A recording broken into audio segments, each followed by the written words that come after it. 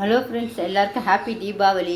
இன்றைக்கி உங்களுக்கு தீபாவளிக்காக எங்கள் வீட்லையும் ஸ்பெஷலாக செஞ்சுட்டேன். பாருங்கள், ஃபஸ்ட்டு என்ன சாப்பிட போனால் லேகியம் சாப்பிட்டு தான் ஆரம்பிப்பேன். எல்லாருடைய ஃப்ரெண்ட்ஸுடைய பலகாரம்லாம் வரும் எங்கள் வீட்டுக்கு.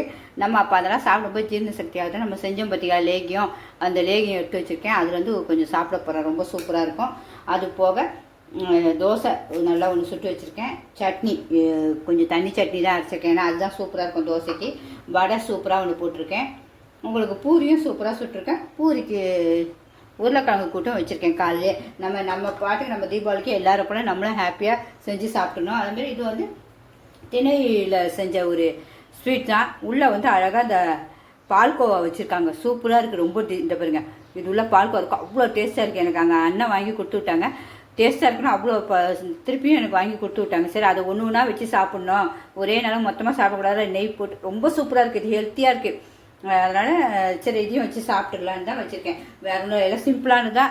எப்படி இருக்குன்னு சொல்லுங்கள். என்னுடைய காலையில் லஞ்ச் உங்களுக்கு பிடிச்சிருந்தா லைக் பண்ணுங்கள். சிம்பா நியூஸ் சேனலுக்கு சப்ஸ்கிரிப்ஷன் பண்ணாதவங்க கண்டிப்பாக பண்ணிடுங்க ஃப்ரெண்ட்ஸ். நீங்களும் இப்படி தீபாவளிக்கு அழகாக எல்லோரும் ஹெல்த்தியாக சாப்பிடுங்க. வெடிக்கும் போதும் ரொம்ப பாதுகாப்பாக வெடிங்க. குழந்தைங்களுக்கு இந்த கம்பி மத்தாப்பெலாம் போடும்போது தண்ணியில் வச்சு போட்டுருங்க. முடித்தோடனே தண்ணியில் போட்டுருங்க, பிள்ளைங்க கால்கள் வச்சிடக்கூடாது. ஓகே ஃப்ரெண்ட்ஸ், ஹாப்பி தீபாவளி, பாய்.